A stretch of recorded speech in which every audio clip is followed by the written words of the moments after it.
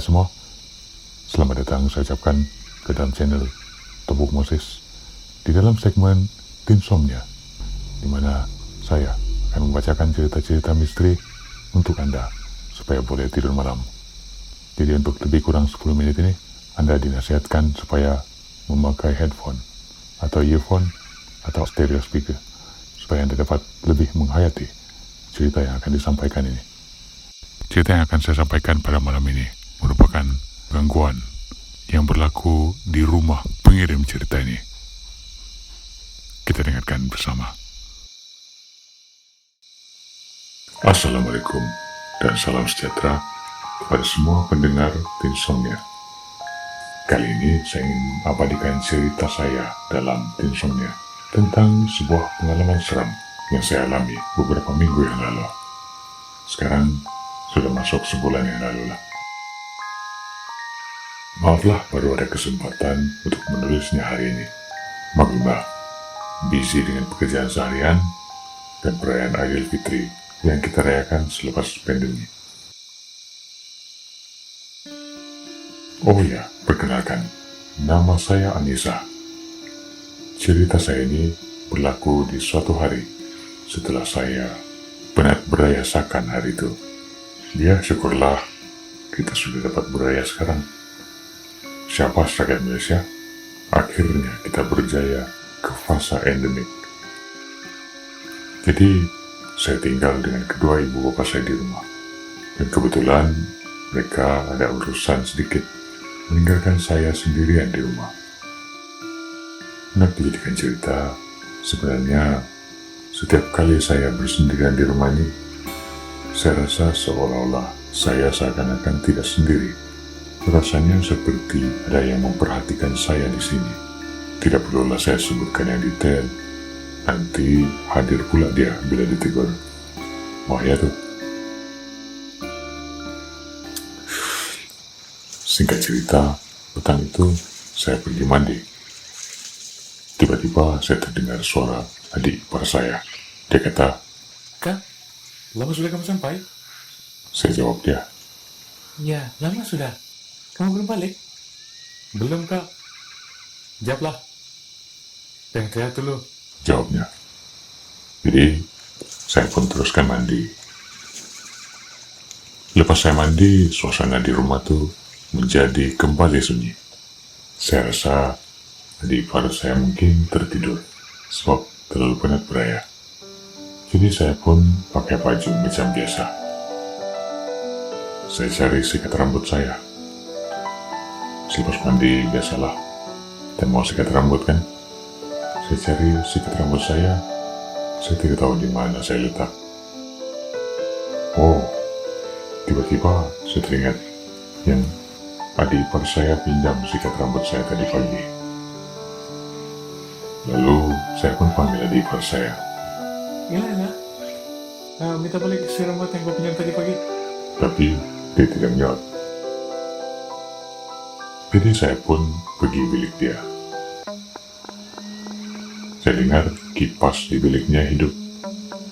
Maknanya dia ada di dalam, mesti tengah tertidur, seperti yang saya jangka tadi lah. Lalu dengan perlahan saya membuka pintu biliknya dan masuk. Pada saat saya buka setiap pintu bilik itu, tiba-tiba bulu roma saya meremang. Hati saya rasa macam tak sedap, tapi saya tetap melangkah maju menuju ke katil adik ipar saya. "Ila. Mama." Begitu saya coba untuk bangun dia. "Ya, Kak. Mana sisir saya?" Lepas saya tanya dia mana sisir saya, tiba-tiba dia keluarkan ayat begini sambil berpaling menghadap saya. "Hei, macam mana sama sisir rambut saya? Coba Kakak tengok rambut saya nih."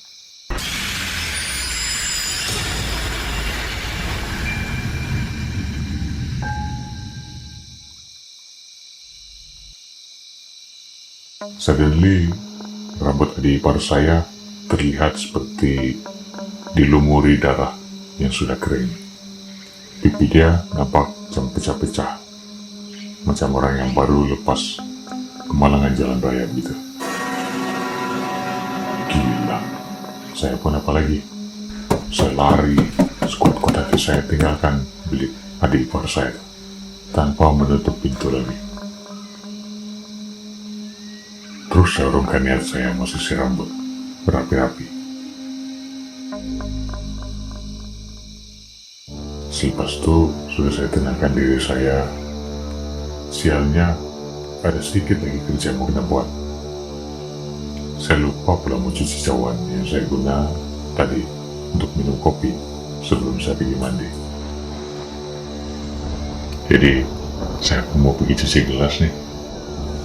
Tapi hasilnya kalau mau pergi dapur, saya kena melalui bilik adik ipar saya yang tadinya ada kejadian ngeri itu. Ketika saya buka pintu bilik saya dan saya tengok di luar tidak orang, saya pun cobalah konon jalan laju sedikit menuju ke arah dapur. Dan ketika saya melalui bilik adik ipar saya, tiba-tiba dia berada di depan saya, menghadang laluan saya. Masalahnya, dia masih lagi dalam keadaan mukanya yang buruk itu. Bayangkan.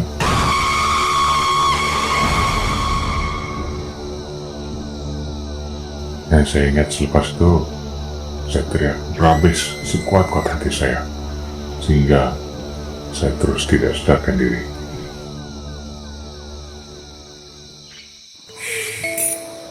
Waktu saya tersadar, semua ahli keluarga kami sudah berada di rumah itu.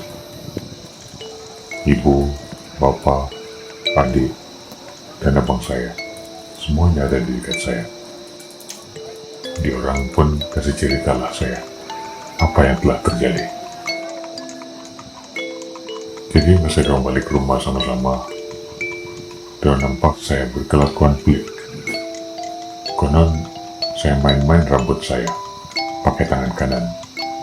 Lepas itu tangan kiri saya tengah pegang cawan seperti mikrofon saya buat, sambil saya nyanyi-nyanyi sebuah lagu.